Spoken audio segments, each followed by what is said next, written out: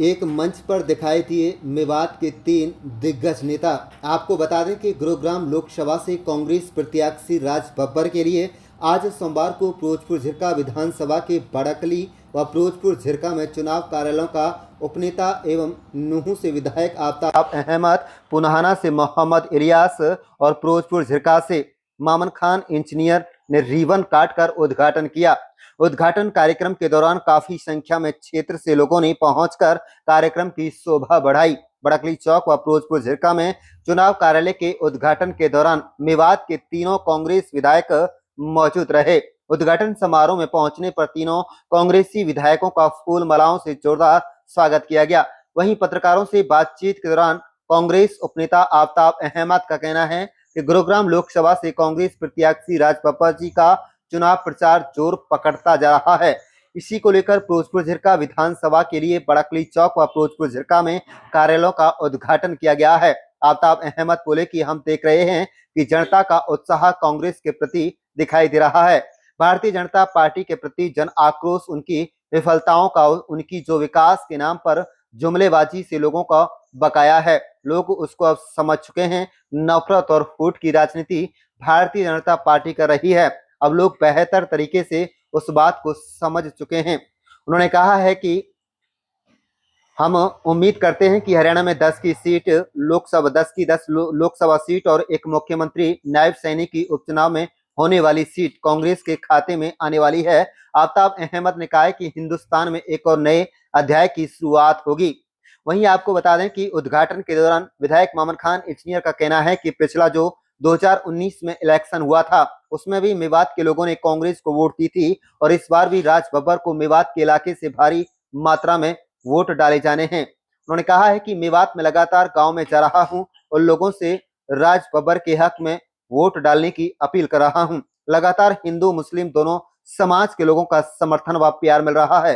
अब की बार केंद्र में कांग्रेस सरकार आएगी और हरियाणा राज्य में कांग्रेस की सरकार बनने जा रही है। आप देख रहे हैं नूंह मेवात से लियाकत अली के साथ तो झिरका से सद्दाम हुसैन की रिपोर्ट। ऐसा सबसे पहले तो मेरे दोनों बहुत ही मोस्ट रिस्पेक्टेबल और सीनियर साथी हैं, चौधरी आफ्ताब जी, चौधरी इलियास जी। उन एक ही बुलाने पर उन्होंने बड़कली चौक और फिरोजपुर झिरका का ऑफिस का उद्घाटन किया। मैं पहले तो उनका धन्यवाद करना चाहता हूं। उसके साथ साथ जनता का भी धन्यवाद करना चाहता हूं कि बहुत शॉर्ट पीरियड में जो ऑफिस का उद्घाटन किया उसकी शोभा बढ़ाई है, उनका भी मैं आभार व्यक्त करता हूं।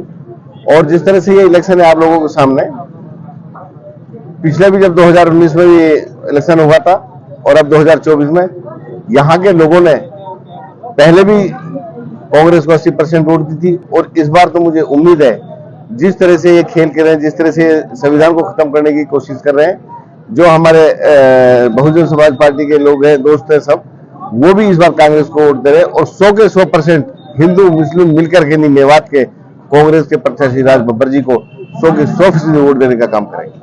आप क्षेत्र में वोट मांगने जा रहे हैं कैंडिडेट के लिए, तो किस तरह लोगों को अपील कर रहे हैं? भाजपा के प्रति तो 5-10 साल सांसद रहा, उसको क्या? मैं ये कहूंगा कि मैं गाँव में जा रहा हूँ, लोगों से बात कर रहा हूँ, तो लोगों की एक ही बात है, कोई एजेंट नहीं रहेगा कांग्रेस के अलावा इस बार। ये बहुत बड़ी बात है लोगों की सोच की कि कोशिश करेंगे एक ही मोहर लगाए हम सब मिलकर के नहीं। और जो सांसद जी पहले उनकी आप लोगों को सबको पता है, आप पत्रकार भी हो, कि उसने मेवात के लिए क्या किया क्या नहीं किया सब जन जन जानता है। हमें तो अपनी लड़ाई लड़नी है कि हमने इस बार राज बब्बर जी को यहाँ जिता के भेजना है और जो विकास के कार्य जब से 10 साल से नहीं हुए हमें उनको आगे लेके जाना है। इस बार जो कांग्रेस के कैंडिडेट थे जो पिछली बार लोकसभा के, उससे ज्यादा वोट दिला पाएंगे? वोट बढ़िया तो वोट तो बढ़ते चले कि जाएंगी ज्यादा। पहले वोट कम थी, अब ज्यादा है तो ज्यादा जाएंगी। तो लोगों को क्या संदेश देंगे, क्या अपील करेंगे? मैं सब लोगों से हाथ जोड़ के यही अपील करूंगा कि आने वाली 25 तारीख को हर जन घर से निकले और अपना मतदान का प्रयोग करें और कांग्रेस के पक्ष में ज्यादा से ज्यादा वोट करें। आज हरियाणा के गुरुग्राम लोकसभा क्षेत्र में बहुत ही लोकप्रिय उम्मीदवार राज बब्बर जी की जो उम्मीदवारी है और जो हमारी पार्टी ने थोड़ा विलंब से यहाँ के उम्मीदवार का फैसला किया था, लेकिन मैं समझता हूं कि विलंब से लेकिन बहुत जल्दी लोगों के बीच में उनका जो प्रचार है, कांग्रेस का जो सकारात्मक विचारधारा है जो, और भारतीय जनता पार्टी की 10 साल का कुशासन, और जो लोकसभा सांसद हैं, पहले 5 साल कांग्रेस के सांसद के तौर पे रहे और 10 साल से बीजेपी के सांसद और मंत्री के तौर पे इस इलाके में जो है सांसद के रूप में है, लेकिन उन्होंने पूरे गुरुग्राम लोकसभा क्षेत्र की अनदेखी करी। विकास के जो उनका पैमाना था वो इसी बात से लगाया जा सकता है कि 15 साल में वो नुह जिले में, मेवात जिले में 15 बार भी कभी यहाँ लोगों के दुख सुख में या लोगों के विकास के लिए या लोगों की कोई मांग पूरी करने के लिए यह नहीं आए। जो कांग्रेस के समय में 2014 तक का जो उनका कांग्रेस के विकास कार्य शुरू किए थे, वो विकास कार्य वहीं रोक दिए।